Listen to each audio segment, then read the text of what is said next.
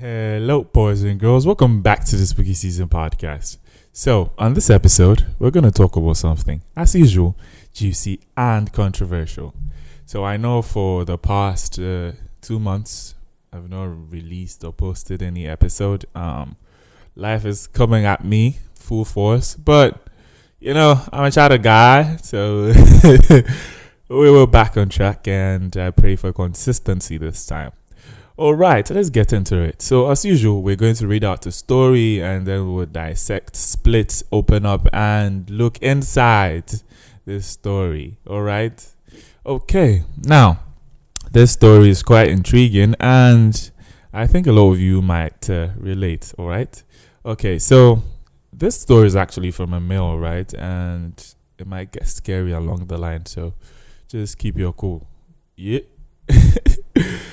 During my NSS, I became close to one of my female colleagues.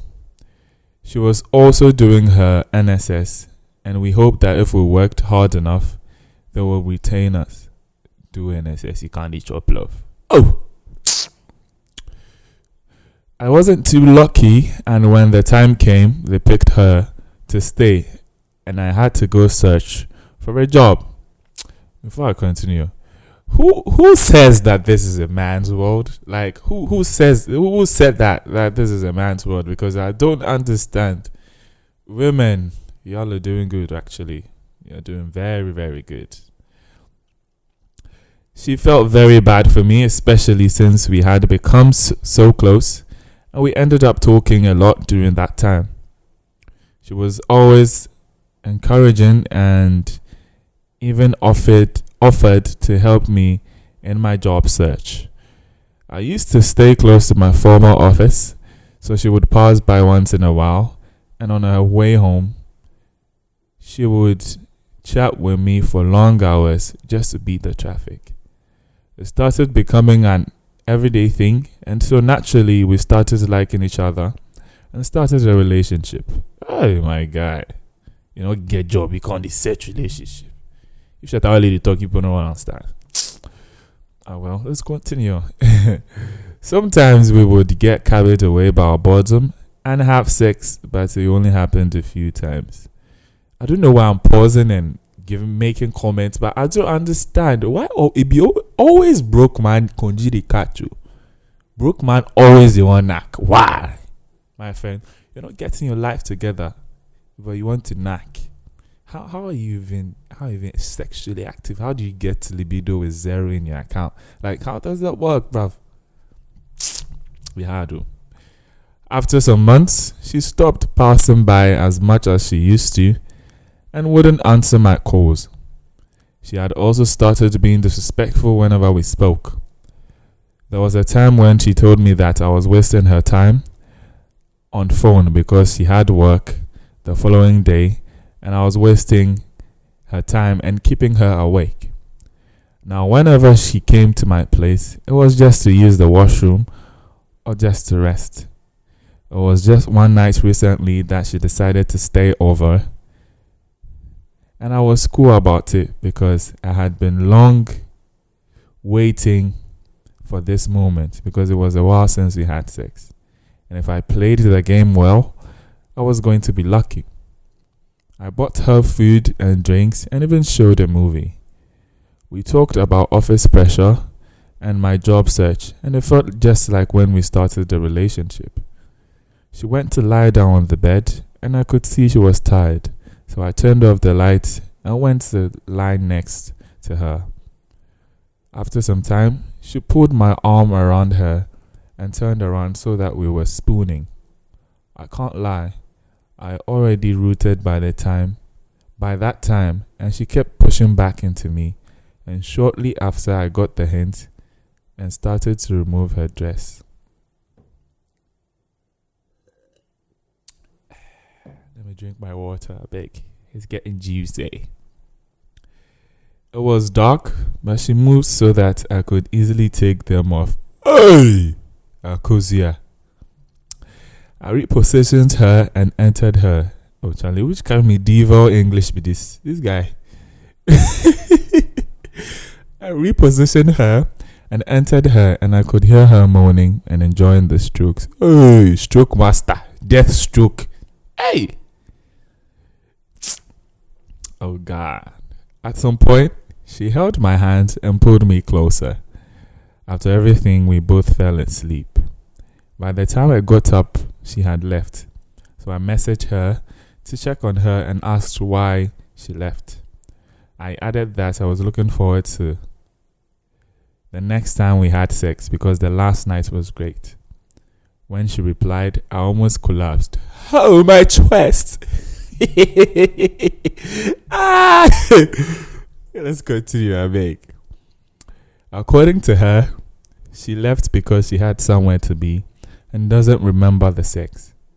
All she knows is that she has been feeling pains down there and she didn't know what. You have destroyed there. You have spoiled the destiny. Oi! Only you, everybody one, only you two, you spoil it. Don't do that, my brother. Don't do that. From what I sent to her, she was saying that I forced her to have sex with me, and that's why she was in pain. Basically, she says I have raped her. Bang, bang, bang, bang. Nkata target. I have been shocked by this the whole time and tried many times in my mind to remember how I forced her. How could she have been asleep the whole time? Is that even possible? The way she has been behaving, I can't promise she will keep this to herself. And I am not ready to go to jail for something I didn't do. And considering how this country is, it could get bad for me if this came out. Please, I have my whole life ahead of me, and I can't afford this kind of issue. See ya!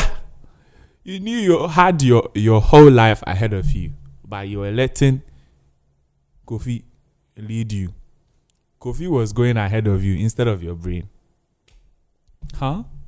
Alright, but I do not blame OG, alright?